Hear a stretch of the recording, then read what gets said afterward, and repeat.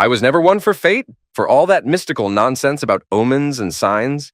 But if you pressed me, put a colt to my head, and demanded I pinpoint the exact moment the flimsy scaffolding of my life began to buckle, I'd finger the day that support beam snapped at the construction site. My name is Everett, 42 years old, and up until that greasy Tuesday, I'd cultivated the illusion that my existence was built on something solid, something approaching stable ground. There was Barbara, my wife, 39. She could turn a phrase with a viper's wit when she felt like it, which wasn't often with me anymore. More often, she was a locked door, a blank wall. Then there was Gage, her son, my stepson, 16. He drifted into my life when he was 8, a sullen little cloud of preteen angst already forming. I married Barbara, and by default, I got him. From day one, I was the intruder, the guy who didn't belong in their tight, slightly dysfunctional orbit. Still, I put on a show. Built him a goddamn treehouse he used twice. Tried to teach him to fish, the little prick more interested in his phone. Batting cages a few times, my attempt at some Rockwellian fantasy. We had moments, sure, fleeting instances where I thought, maybe this isn't a complete disaster. But underneath it all, the whole blended family charade, something was festering, a rot we all pretended not to smell. 8 years, Barbara and I. 8 years of a life constructed more from the bricks of routine and obligation than any genuine affection. I told myself it was enough. Morning coffee, same stale inside jokes that had lost their punchlines years ago, date nights at the same mediocre Italian place where the waiter knew my order by heart. We didn't fight much, we didn't do much of anything. It was a beige existence, comfortable in its sheer soul-crushing predictability. In hindsight, that was the damn problem, wasn't it? I'd convinced myself this sterile peace was happiness, that my paycheck was a substitute for actual connection. If her son was a surly little fool who wouldn't give me the time of day, well, that was just teenagers, right? I ignored every goddamn warning flare, the increasingly frequent girls' weekends, where she'd come back looking more exhausted than refreshed, the way she'd cradle her phone like a lover, whispering into it late at night, always about some crisis. At work, I needed a catastrophic failure, a literal 2x4 to the skull, to jolt me out of my self-imposed stupor, and boy did I get it. The beam collapsing wasn't a gentle affair. It was a 12-gauge blast of concrete and steel. My leg shattered, tibia, fibula, the whole damn chorus line. 3 ribs cracked like dry twigs, one puncturing a lung. Nearly bled out on a pile of rebar and dust. The doctors, bless their patronizing hearts, kept patting my arm, telling me how lucky I was. Lucky. I was drowning in a sea of agony, my leg hoisted in traction like some grotesque piece of modern art. Tubes snaked from my nose, my chest, monitoring my every pathetic breath. Nights in that sterile cage blurred into a monotonous hellscape of pain, morphine-induced hazes, the distant squeak of gurneys, and the incessant, infuriating beep of machines tethering me to consciousness. My sister, Bernice. She was there. Every damn day. Homemade soup that tasted like ashes in my mouth, updates on Curtis, my dog, probably the only creature in my house who genuinely gave a crap about me. She'd stay through the worst of it when the pain meds wore off and the screaming started in my head. She was my anchor in that crap storm. And Barbara, my loving wife of 8 years, vanished. Poof, gone. Not the first day, when they weren't sure I'd make it through the night. Not the 5th, when I was lucid enough to ask for her. Not the 10th. 40 goddamn minutes. That's the drive. 40 minutes she couldn't spare for her husband who'd nearly cashed in his chips. I tried calling, the hospital phone heavy and slick in my sweating palm. The first time she answered with a groan, something mumbled about Gage having a soccer game. Can't make it, Ev. You know how it is. The second time, a Curtis is sick, took him to the vet, can't leave him. The third, fourth, 5th time, straight to voicemail. Her professionally cheerful message, a cruel mockery. Around day 5, a sliver of actual panic wormed its way through the pain and resentment. Maybe she was in an accident. Maybe something terrible had happened. Bernice, ever the pragmatist, just shook her head, her expression a mixture of pity and weary resignation. Everett, you know Barbara, she said, her voice gentle but firm. She does what benefits Barbara. Always has, always will.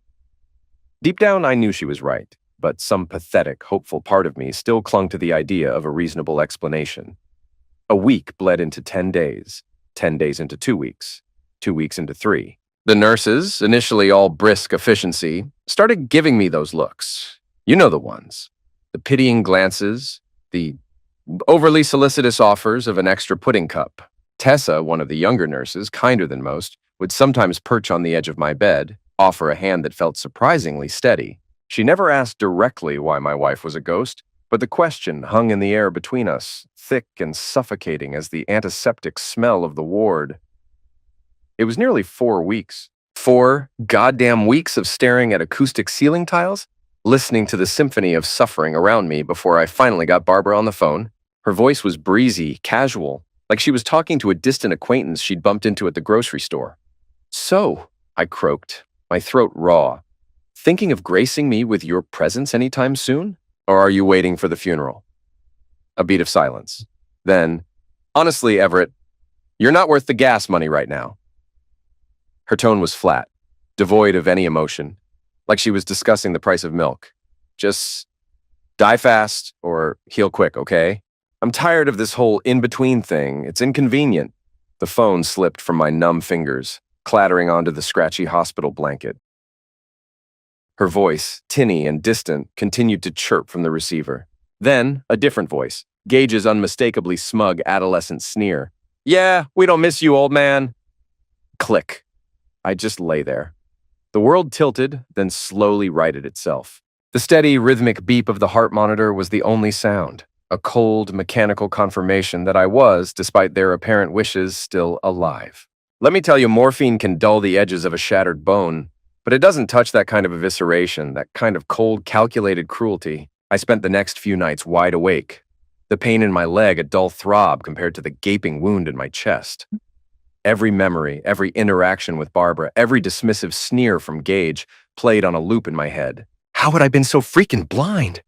How had I missed the Grand Canyon-sized cracks, spiderwebbing through the foundation of my marriage, my life? Each day, Bernice, bless her loyal heart, brought me not just soup, but another nail for the coffin of my denial. Bank statements with gaping holes where our money used to be. Strange, significant withdrawals. Receipts from jewelry stores I'd never set foot in. Plane tickets to Cancun. A solo trip for Barbara, apparently, booked while I was fighting off pneumonia in an ICU. She was siphoning off our joint accounts, our future, feathering her nest, and, as I'd soon discover, the nest of someone else. A neighbor, Silvio, some slick, recently divorced prick who'd moved in 6 months prior. Apparently, he'd been helping her out, fixing all the little problems around the house while I was busy trying not to die. The image of him, hands all over my tools, my house, my wife, sent a fresh wave of bile into my throat. "Think about it, Ev," Bernice said, arms crossed, shoving another damning bank statement under my nose. Her eyes were hard. "While you're lying here, literally fighting for your life, she's out there laughing it up with this gigolo. Setting up a new life with your money. Are you just going to lie here and take it? Let her bleed you dry and dance on your grave?" She knew me. Knew that beneath the layers of complacency I'd wrapped myself in, there was a core of something harder, something that, once ignited, wouldn't be easily extinguished. But first, I had to get the hell out of that hospital. My doctor, a well-meaning but overly cautious man, insisted on at least another 3 weeks. "Infection risk," he droned. My leg was a latticework of metal rods and pins. Breathing was still a conscious effort. Tessa, the nurse, tried her gentle persuasion. "Everett, please, it's not safe. You need monitoring."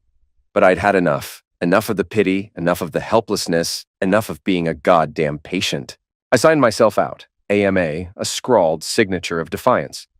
Bernice, her lips pressed into a thin line of disapproval, but her eyes, understanding, drove me to a Staybridge Suites, an extended stay hotel. Anonymous, bleak, but mine.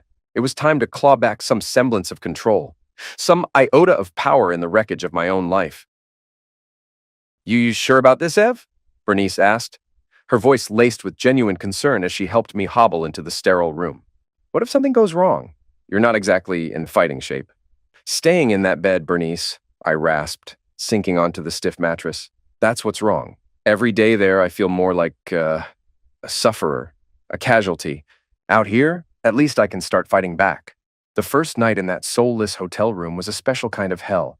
No beeping machines, no hushed footsteps of nurses in the corridor. Just me, My throbbing, braced leg, the stale smell of industrial cleaner, and the crushing, inescapable knowledge that the woman I'd shared my bed with for 8 years was actively robbing me blind and screwing another man, probably in that very bed. The rage was a living thing, coiling in my gut, hot and venomous. Days were spent on the phone, a cheap burner I'd had Bernice pick up. First, a new bank account solely in my name. Then, securing documents, birth certificate, social security card, anything an unscrupulous witch might try to leverage. I didn't tell Barbara I'd left the hospital. When she bothered to text, usually a perfunctory "how you," I'd reply with a vague, "Still here. Doctors say a while longer." Her response, a thumbs-up emoji. Damn classic Barbara. If it wasn't about her, or if she didn't have a pre-rehearsed script, she defaulted to indifferent silence or digital platitudes. The real ammunition, the spark that lit the fuse of my meticulously planned offensive, came from Bernice. Barbara was planning a trip. Nashville, a girls' weekend, she'd apparently announced to anyone who'd listen. I knew, with a certainty that settled cold and hard in my stomach, that girls' weekend was code. Sylvia would be there, or some other distraction paid for with my money. That was it. D-Day, the day I'd unleash what I'd grimly dubbed Operation Scorched Earth.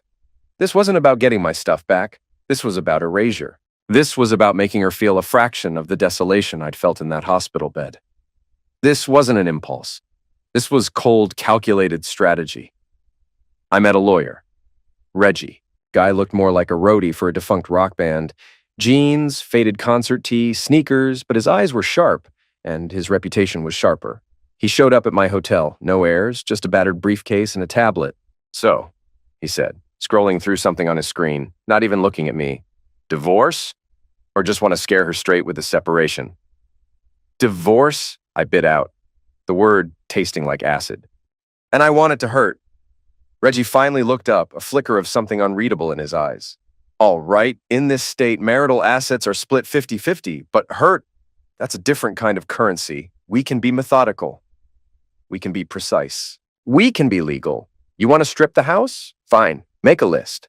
Everything you owned before you shackled yourself to her. That's yours, no contest. Joint property, we itemize, we value, we take your half. No more, no less, on paper. But the impact, that's where the art comes in." He smirked, a thin, humorless smile. He understood. Hours. I spent hours on those goddamn lists, my handwriting shaky from a combination of residual weakness and simmering fury. Bernice, my loyal soldier, did reconnaissance. Slipped into the house one afternoon when Barbara was at work, probably with Silvio, and took pictures. Furniture, electronics, silverware, even the goddamn lawnmower. I cataloged everything. The living room set we'd bought together, she liked the color, I hated it. The bedroom suite I'd owned long before she'd sunk her claws into me. Half the kitchen appliances, Reggie's voice, cool and precise in my ear. Blender, toaster, microwave. Take one, leave one, or take the expensive ones. The big screen TV I'd bought for Super Bowl parties she never attended. My old recliner, the one she always complained about. My tools from the garage, my tools, not Silvio's playthings. The only hesitation, the only flicker of something other than cold rage, was Gage's room. Years. I'd wasted years trying to connect with that sullen little crap. But then I remembered his voice on the phone. "We don't miss you, old man." And the fancy gaming system, the one I'd shelled out a fortune for last Christmas, hoping to buy a sliver of his approval. Reggie had been clear. "Your funds bought it during the marriage. It's a marital asset if it wasn't a clear gift to him alone with documentation. Take it if you want. Send a message." Oh, I wanted to send a message, all right. A big flashing neon sign of a message. So the console went on the list. Guilt? A tiny, insignificant tremor, drowned out by the cacophony of betrayal. We booked the movers for a Saturday, smack in the middle of Barbara's Nashville girls' trip. Swift, merciless, clinical.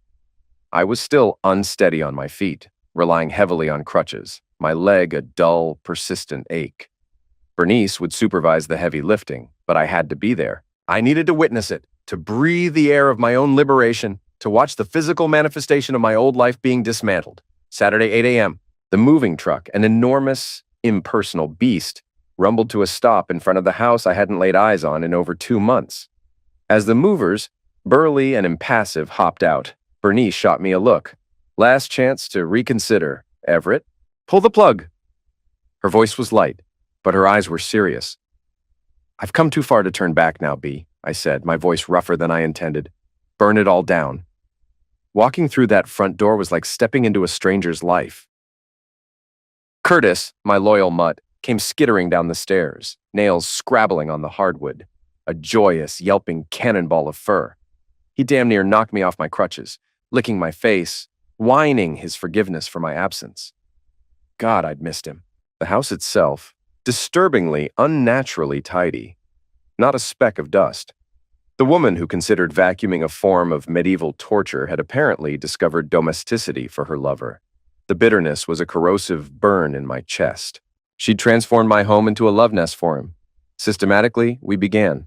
My pre-marriage bedroom set, the heavy oak she'd always despised, the coffee table we'd bought, a joint decision I now regretted, half the kitchen crap, as per Reggie's cold calculus, the TV, my recliner, every tool, every fishing rod, every book that was mine. The movers were efficient, their faces stony like a SWAT team clearing a hostile building.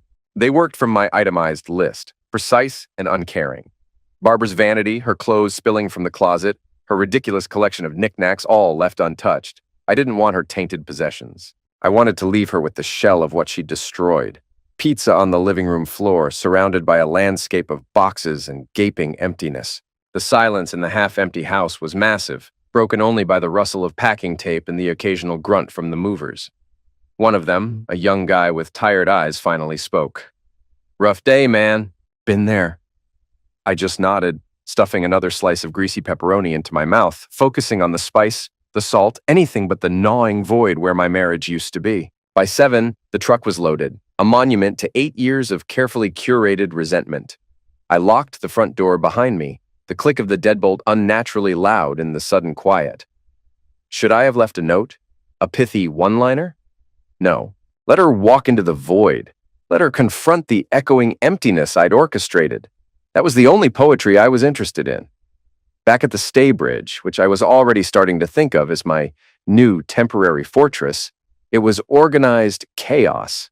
Boxes piled high, furniture draped in blankets. The pain in my leg, ignored for hours, screamed for attention.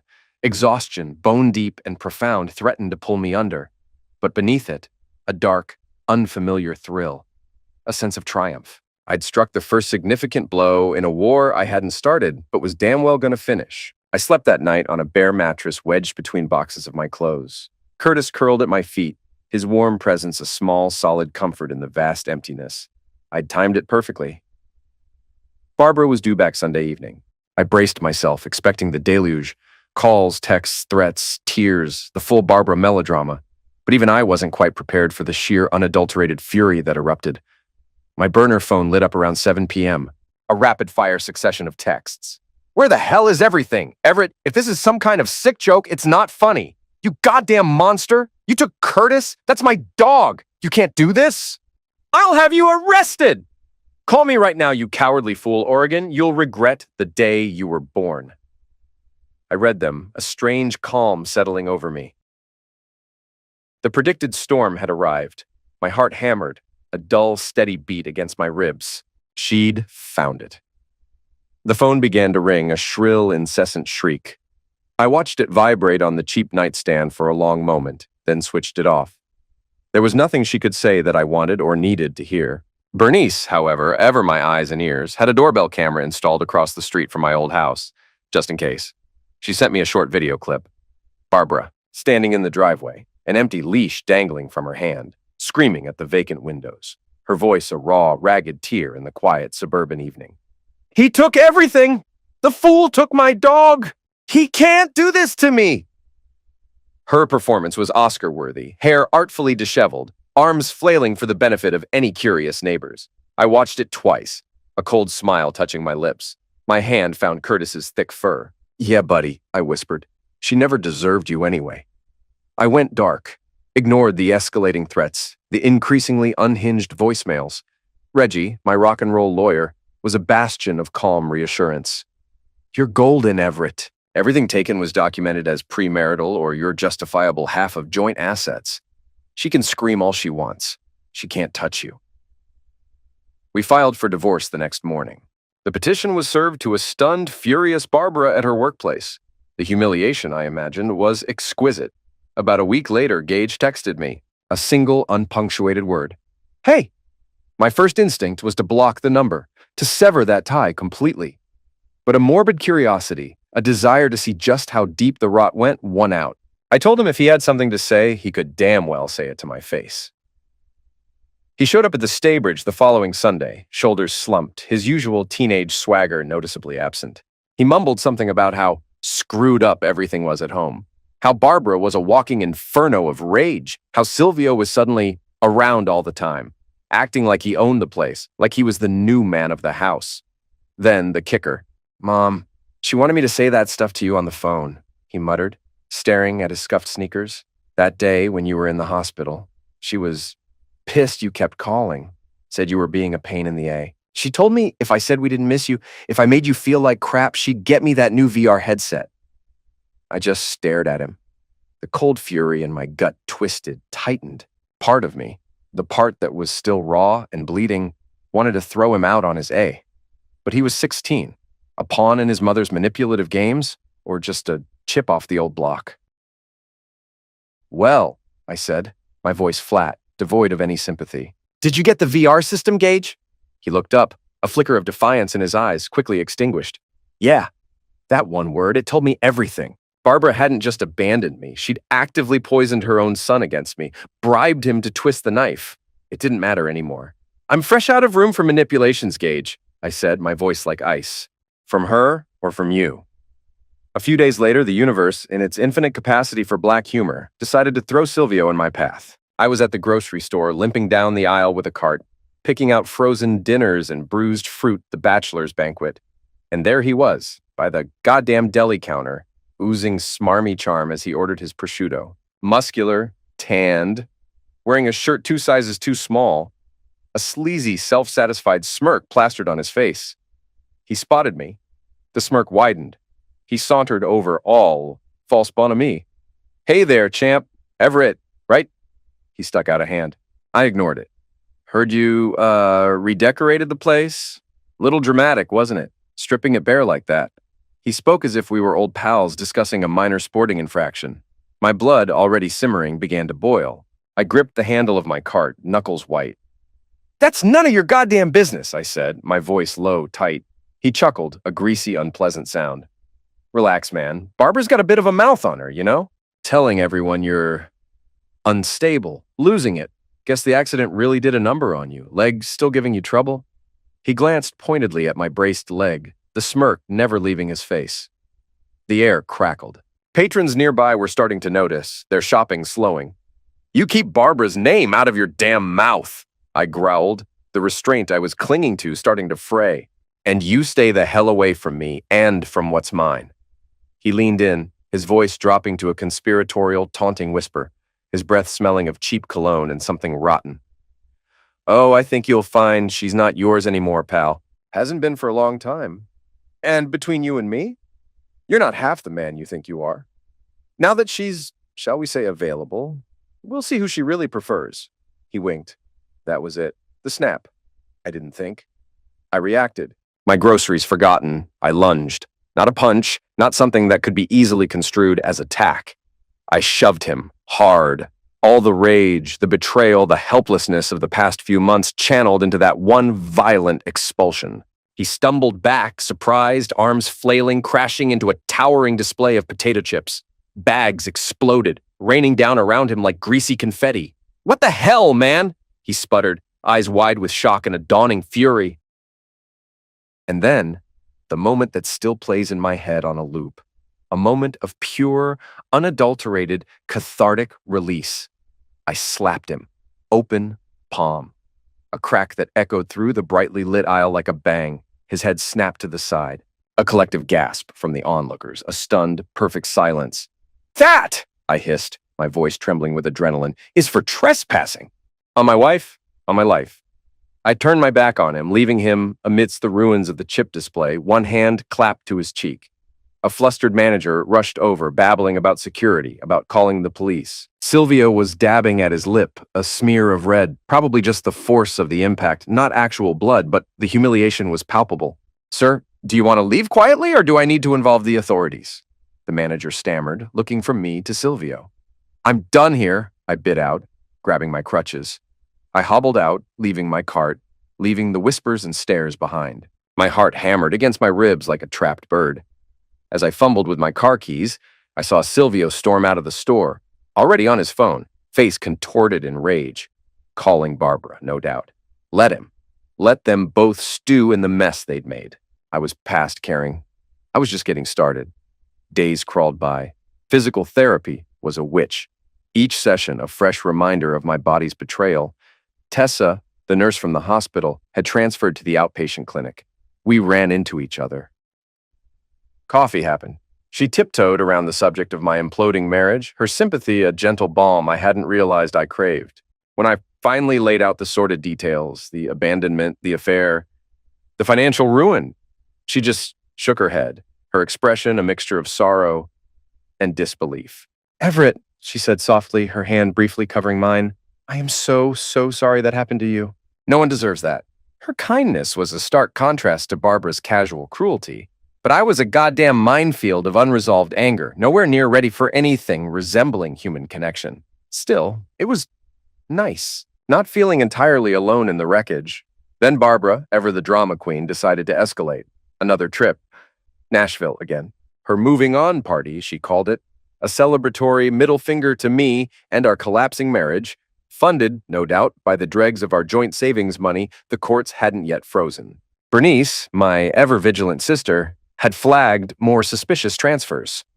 The rage, which had momentarily subsided into a low simmer, roared back to life. If she wanted to swan off to Nashville for a screw you Everett tour, fine, let her. But this time I wouldn't be waiting by the phone. This time I'd be there, at the house, our house, still, legally speaking, waiting to greet her. I was done hiding, done being the sufferer. Reggie, cool as ever, talked me through the legalities. "Property's still in both your names? You have every right to be there, Everett. She can't claim trespassing. Just try not to commit any actual felonies, okay?" He'd even had a smirk playing on his lips. Early Saturday morning, I parked my battered car down the street out of sight. Still limping, still reliant on a cane now instead of crutches, but fueled by a cold, hard resolve. I wanted to see her face. I wanted her to understand, unequivocally, that the doormat she'd wiped her feet on for 8 years was gone. She came home a day early, Sunday afternoon, rolling her suitcase up the walkway, humming to herself, a picture of carefree liberation. I stepped out from the side of the house, Curtis trotting calmly at my heel. She stopped dead. Her eyes widened, then narrowed, like she'd seen a particularly unwelcome ghost. "What in the absolute hell are you doing here?" she hissed, her voice tight, the suitcase thudding to the pavement. "You can't just show up! This is my home!" I leaned on my cane, affecting a calm I didn't entirely feel. "Actually, Barbara, it's our home. Name's still on the deed, remember? Or did that slip your mind while you were blowing through our rapidly dwindling savings in Nashville with your boy toy?"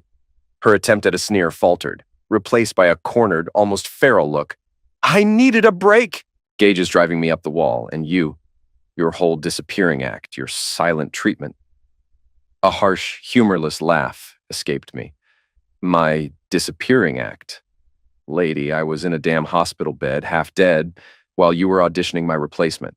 Then you told me, and I quote, to die fast or heal quick because my continued existence was inconveniencing your social life. Does that ring any bells, Barb, or has the Tennessee moonshine addled your memory? She rolled her eyes, a flash of her old dismissive arrogance. Oh, stop playing the goddamn martyr, Everett. It's not a good look. If you'd been a better husband, a more attentive partner, maybe... Don't. I cut her off, my voice dropping to a dangerous level. Don't you dare try to pin your crappy behavior on me. You spent months, maybe longer, screwing Silvio behind my back. While I was working my A off to pay for this house, for your shopping sprees, for your son's endless list of wants. Her mouth tightened into a thin, ugly line. You can't prove a thing. I shrugged, a casual gesture that belied the inferno raging inside me. Doesn't matter. We both know the truth. We're done, Barbara. This charade is over. I just wanted to see your face when you finally realized you can't push me around anymore. That the gravy train has made its last stop. Her eyes, like a cornered animal's, flickered to Curtis, who was sniffing a rogue grass by the patio. Give me my dog, she snapped, a sudden desperate lunge for some semblance of control. He's mine. My eyebrow shot up. Oh, now he's yours? Funny. I don't recall you ever feeding him, never walking him, unless it was for a goddamn Instagram post. You only wanted him when it suited your image. Sorry, sweetheart, but this dog? He's not going anywhere near you again. She advanced a step, her face contorting, a raw, primal anger in her eyes I'd never witnessed, not even in our worst arguments. It was almost impressive. You son of a witch, you piece of freaking trash. You waltz back in here, into my house. Half mine, I corrected, a small, vicious smile playing on my lips. I was enjoying this, the stripping away of her composure. And you have the unmitigated gall to stand there, acting like this is all my fault? Like you're some kind of innocent sufferer? I took a slow breath, the familiar ache in my leg a dull counterpoint to the adrenaline coursing through me. Whose fault it is, Barbara, is irrelevant at this point. We're getting divorced. You stole my money, you shattered my trust, you left me to rot. Now you think you're entitled to something more? No. I just came here to see if you had the guts to say any of your nonsense to my actual face, instead of through lawyers or over anonymous texts. And then, she snapped. On a dime, her carefully constructed facade shattered. You want something real, Everett? She shrieked, her voice cracking. I'll give you freaking real! She launched herself at me, a blur of fury. Her hands clawed for my shirt, nails, sharp and manicured, raking at my chest. The gaudy diamond ring I'd stupidly bought her glinted in the afternoon sun. She kicked out, aiming for my injured leg. Instinct, raw and primal, took over. I stumbled back, trying to maintain my balance on the uneven patio stones, the cane clattering away. She lunged again, grabbing for my arm. I sidestepped, a clumsy but effective pivot, and used her own momentum against her. My hands came up, not to strike, but to push, to create space, to get her the hell off me. A firm, desperate shove. She flailed, arms pinwheeling, a strangled, high-pitched shriek tearing from her throat as her balance deserted her. Her body pitched backward, a slow-motion tableau of surprise and rage, and then she was gone, disappearing with a tremendous, ignominious splash into the goddamn swimming pool. The sound was deafening in the sudden quiet. I hobbled to the edge, heart pounding, watching her sputter and thrash in the shallow end. Her expensive Nashville outfit was ruined, hair plastered to her face, mascara streaming in black rivulets down her cheeks. She coughed, glaring up at me with an expression of pure, undiluted hatred. You a-hole! She screamed, wading toward the steps, water cascading off her. I just stood there, panting, the adrenaline making my hands tremble. Don't you ever, I said, my voice low and shaking with a terrifying cocktail of emotions. Put your hands on me again, Barbara. I freaking mean it. Curtis, as if on cue, let out a sharp bark, a canine exclamation point to my threat. For a fleeting second, I saw something flicker in her eyes. Fear. Genuine fear. Then it was gone, replaced by a white-hot, incandescent fury. You are going to pay for this, Everett, she spat, pushing clumps of wet hair from her eyes. I will ruin you. I will take everything you have left. You'll see. I snorted, a harsh, humorless sound. Good luck with that, sweetheart. You've already done your worst. And guess what? I'm still freaking standing. I turned, retrieved my cane, and limped away, leaving her there, a sodden, shrieking fury in her own backyard. Let the neighbors watch. Let them whisper. This was the real Barbara, stripped bare of her pretenses. And for the first time, amidst the betrayal and the anger, I felt something else, a dark, exhilarating thrill. I'd stood up to her. I'd fought back. Does that make me the villain? Maybe, but every story has one. And sometimes, the villain is just the one who's finally had enough. I didn't hear a peep from her for the rest of the day. I imagined her nursing her wounded pride, probably on the phone with Silvio, weaving a tale of my unprovoked brutality. Letter. I went back to my sterile hotel room, collapsed onto the bed, and slept the sleep of the utterly, profoundly exhausted. My phone remained silent until around 6 that evening. It buzzed on the nightstand. Caller ID. Gage. I let it ring, half tempted to just ignore it. He left a voicemail. Everett? Dude, we gotta talk. Like, seriously. It's important. His voice was a typically teenage whine, but with an undercurrent of something that sounded suspiciously like panic. I sighed. Against my better judgment, I called him back. He asked if he could come over. Said it was about college. About how all the money was suddenly gone. How Barbara was ranting that I needed to pay, that it was my job as her soon-to-be ex-husband. I told him, fine. If he wanted a conversation, he could have it, face to face. He agreed to come by the next morning. I steeled myself. I figured a calm, rational discussion about financial aid, student loans, the harsh realities of life. My capacity for empathy, however, was running on fumes. He arrived around noon the next day, not knocking, just barging into my apartment because, of course he did. Scowl etched on his face, arms crossed in that belligerent teenage stance. He didn't even glance at Curtis, who had approached him with a hopeful tail wag. He marched right up to me. "Mom says you locked her out of all the accounts," he announced. No greeting, no preamble. Just accusation. "She says you're not going to pay for my college, and I need that money. It's my future." I leaned heavily on my cane. The effort of standing, of just existing in the same room as this entitled brat, suddenly immense. "Hello to you too, Gage." "Always a pleasure," he huffed, impatient. "Whatever. I'm serious. I'm applying to schools, and she said you cleaned out everything. Dad..." He stopped, the word catching in his throat, alien and unused. "Everett, whatever, you gotta pay." "That's the deal, right? You married my mom. You're supposed to take care of us. That's what stepdads do." A bitter, incredulous laugh clawed its way out of me. "Am I, Gage? Is that the deal? Because last I checked, you and your mother made it abundantly clear that my services were no longer required. You specifically informed me that you didn't miss me, that you wanted me gone. Hate to break it to you, kid, but actions have consequences. And one of those consequences is that I am no longer your personal damn ATM. Gage's face flushed a dull, angry red. That was Mom's idea, okay? She said if I told you that, you'd back off. Stop dragging things out. She said you were too soft, that you'd fold. I raised an eyebrow, a slow, deliberate movement. Well, Gage, it appears I'm not so soft anymore, am I? You want college money? Apply for scholarships? Get a part-time job? Ask your mother where all our money really went? Maybe her new pal Silvio can chip in from his lucrative career of... well, whatever the hell it is he does besides comforting lonely housewives. His eyes narrowed, fury radiating off him in palpable waves. Don't you damn talk about Silvio like that. He's a good guy. Better than you, anyway. Oh, for Christ's sake, Gage, grow up, I snapped, my patience completely gone.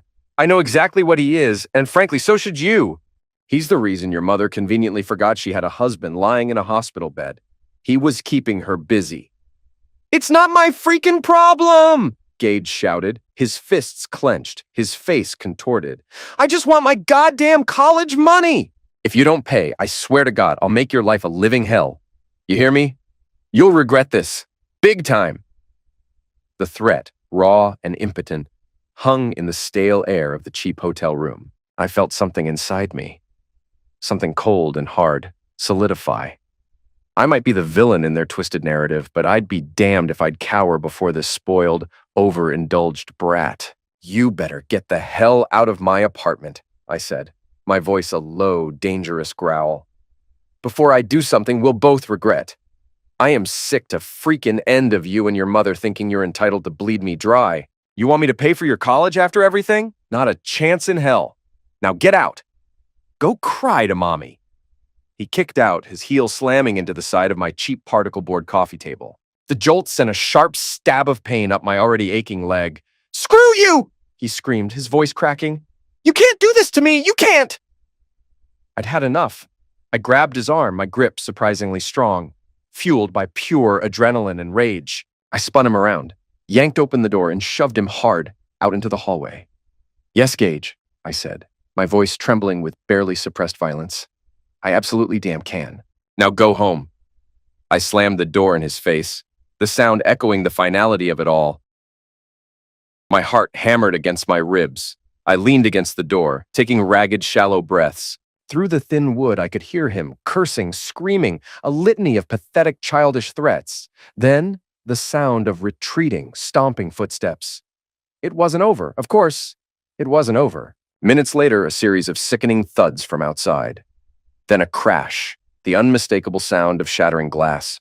Adrenaline, cold and sharp, jolted through me. I wrenched the door open. Gage. He was in the parking lot, a goddamn brick in his hand, swinging it wildly at my car. The driver's side window was already a spiderweb of cracks, the side mirror hanging by a wire. "You worthless, cheap old fool," he shrieked, his face a mask of contorted, tear-streaked rage. "You pay for my college, or I'll make you pay another way. I'll destroy everything you own." The sheer, unmitigated entitlement of it stole my breath. "You little piece of crap!" I roared, lunging out of the doorway, my cane forgotten, hobbling as fast as my wrecked leg would allow. "Drop the freaking brick!" He brought it down again, with vicious force, on the hood of my car, leaving a deep, ugly dent. Then he dragged it across the driver's side door, scoring a long silver scar in the paintwork. "This is what you get!" he screamed, spittle flying from his lips. Neighbors were starting to appear on their balconies, phones already out, recording. Curtis was barking frantically from inside my apartment. I fumbled for my own phone, fingers slick with sweat, and dialed 911. "I'm done playing your games, Gage," I said, my voice surprisingly steady, staring him directly in the eye. "You're going to jail, you little psycho!" He continued to swear, a torrent of filth, took one last, defiant swing at the already ruined windshield, then turned to bolt. But the wail of sirens, blessedly quick, cut through the afternoon air. A cruiser, lights flashing, screeched to a halt at the entrance to the parking lot. 2 officers were out in a heartbeat, weapons drawn, voices sharp and commanding. "Police! Hands in the air! Get on the ground now!" Gage froze, the brick clattering to the asphalt. Tears of rage and frustrated impotence streamed down his face. "He won't pay for my future!" he shrieked, a full-blown hysterical meltdown. "He's trying to ruin my life!" The officers were on him in seconds, forcing him to the ground, cuffing him with brutal efficiency. One of them, a stern-faced woman, gave me a curt nod. "You want to press charges, sir?" I swallowed, the lump in my throat thick and painful. "He trespassed," I said, my voice hoarse, shaking. "He vandalized my property. He threatened me." "Yes. Yes, I want to press charges." They hauled Gage to his feet, panting, disheveled. He glared at me, eyes blazing with a hatred that was almost pure. "You're going to regret this, you old freak," he spat. "You'll see, Mom will fix this. She'll get me out, and I'll be back. I'll make you pay." I said nothing. My first impulse was to unleash a fresh torrent of invective, but a profound, soul-deep exhaustion had settled over me. I just watched as they bundled him into the back of the cruiser, the door slamming shut with a metallic finality. Neighbors gaped from their porches, their faces a mixture of shock, disapproval, and morbid curiosity. I turned away, unable to meet their eyes. It didn't matter. I was done. Done being their punching bag. Done being the collateral damage in their dysfunctional lives. The aftermath was a predictable crap show. Formal complaints, police statements, insurance claims. A barrage of hysterical texts and voicemails from Barbara, accusing me of ruining Gage's life, of being a vindictive monster. Ruining his life by, what? Holding him accountable for his actions? Bernice, ever practical, advised me to seek some measure of peace, warned that the conflict was consuming me. Peace. Easy for her to say. Peace felt like a distant, unattainable shore. I was drowning in a toxic brew of anger, betrayal, and a grim, unsettling satisfaction that I was finally, unequivocally hitting back and hitting hard. I'd like to say that was the end of it. The grand, dramatic climax. But untangling 8 years of a toxic marriage isn't a clean break. It's a messy, protracted amputation. A few days later, a new number on my caller ID. Silvio. Probably calling to posture, to gloat, to issue more empty threats. I let it go to voicemail. "Heard you had a little run-in with your boy, Everett, and saw that video of you baptizing Barbara in the pool. Real classy, real tough guy, aren't you? Why don't you come talk to me man to man? You want to put your hands on someone? Try putting them on me. I'm waiting." I deleted the message, a weary sigh escaping me. If he wanted a confrontation, he could find me. I wasn't seeking him out. I wasn't playing his childish games. The court set a date for the divorce proceedings. Barbara naturally contested everything. The property division, the assets, even, hilariously, custody of Curtis, claiming he was her emotional support animal. Reggie, my legal gladiator, calmly, methodically dismantled her arguments, presenting a mountain of evidence. My premarital, Assets, her documented withdrawals, the Cancun tickets, the jewelry receipts for Silvio, the witness statements from the movers. She didn't have a leg to stand on. She backed down on the dog, but dug in her heels about the house, playing the sufferer, the wronged woman, about to be cast out onto the street. The sale, however, was inevitable. Joint mortgage, joint debt. The final hearing was a month away. I braced myself for a final, ugly courtroom battle.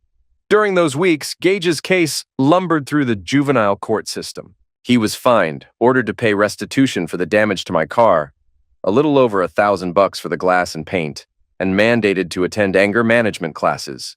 He seethed. Barbara tried to intervene, to charm the prosecutor, to claim I'd provoked Gage, that I'd attacked him first, but my neighbor's doorbell camera footage was irrefutable. Gage, the aggressor. Gage, the vandal. Gage, screaming threats. He started a campaign of maltreatment, texting me from burner apps, a stream of juvenile insults and curses. I blocked each new number, a tedious but necessary ritual. My physical therapist, a no-nonsense woman who'd seen her share of trauma, warned that the emotional stress was impeding my recovery. So I channeled the rage into my exercises, into my rehab. Strangely, it worked. Each painful extension, each grueling repetition became a blow against them. By the time the final court date loomed, I was off the cane, relying only on a supportive brace for my leg. Stronger, harder. The day of the divorce hearing, I walked into the courtroom in a new suit, Reggie at my side, a quiet, confident presence. Barbara sat at the opposing table, flanked by her own frazzled-looking lawyer. She was tapping her foot, her eyes darting around the room, a caged animal looking for an escape route. Gage was thankfully nowhere in sight. Silvio, too, was conspicuously absent. Perhaps the well had run dry. Perhaps he'd realized Barbara was more liability than asset. The judge, a stern, no-nonsense woman, cut through the nonsense with surgical precision.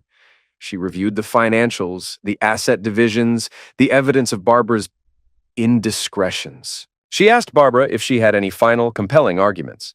Barbara fumbled, looked desperately at her lawyer, who gave a minute, almost imperceptible shake of his head. It was over in less than an hour. Marriage dissolved. House to be sold, proceeds split down the middle after my documented premarital assets and her documented financial misuses were accounted for. Each of us to depart with what was legally, unequivocally ours. In the hallway afterwards, Barbara, her face pale, her eyes red-rimmed, tried one last, desperate gambit. "Everett, She hesitated, a tremor in her voice, actual tears welling. "I don't understand how it all fell apart so fast, how it got so ugly." I looked at her, really looked at her, for perhaps the first time in years, and I felt nothing. A vast, echoing emptiness where love, or what I'd mistaken for love, used to be. "It fell apart, Barbara," I said, my voice cold, devoid of inflection. "The moment you decided I wasn't worth the gas money, the moment you told me to die quickly. Actually, no, it fell apart long before that. You just finally stopped pretending. This ugliness, you orchestrated it. You just never expected me to fight back." A tear escaped, tracing a path through her carefully applied makeup. "I was angry," she whispered, "and scared. And Silvio, he was just there. But he's gone now. They all leave, eventually." Her voice was small, lost. For a nanosecond, a flicker of something akin to pity stirred within me. I crushed it. "That, Barbara," I said, turning to walk away, my braced legs stiff but steady, "is your problem, not mine." I didn't look back. Weeks later, the house sold. Quickly. Hot market. After the lawyers took their pound of flesh, the remaining proceeds were split. Reggie ensured the check cleared into my new solitary account. I paid off the lingering medical bills, put a down payment on a small, unremarkable condo in a different part of town, and banked the rest. A fresh start. Or at least, a different one. Gage, I heard through Bernice, was living with Barbara in a cramped two-bedroom apartment, grudgingly attending his anger management sessions and working a crappy part-time job at a fast food joint to pay off his restitution to me. He never apologized. I never expected him to. As for me, I kept up with the physical therapy. Tessa, the kind nurse, the one who'd shown me a sliver of human decency when I was at my lowest, became a friend.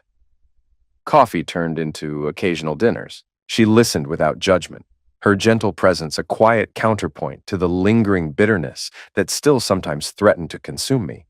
I wasn't ready for anything more, anything complicated, but her friendship was a lifeline. Months passed, the legal dust settled. My leg, scarred and permanently stiff, healed as much as it ever would. I could walk Curtis for miles without the constant grinding pain. The suffocating tightness in my chest began to ease, replaced by a kind of weary resignation.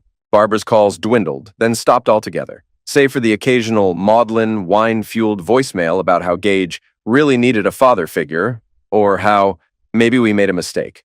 I erased them, unlistened. So, here I am, single. A slight permanent limp, a modest condo that smells of dog kibble and new beginnings. Do I have illusions about my own actions? About the cold, calculated cruelty I'd unleashed? No, I was ruthless. I was vengeful. I took not just what was mine, but I took it in a way designed to inflict maximum damage, maximum humiliation. After the abandonment, the betrayal, the casual disregard for my very existence, I don't lose a moment's sleep over it. Gage faced his consequences. Fined, community service, restitution. His rage was impotent against the cold, impartial machinery of the law.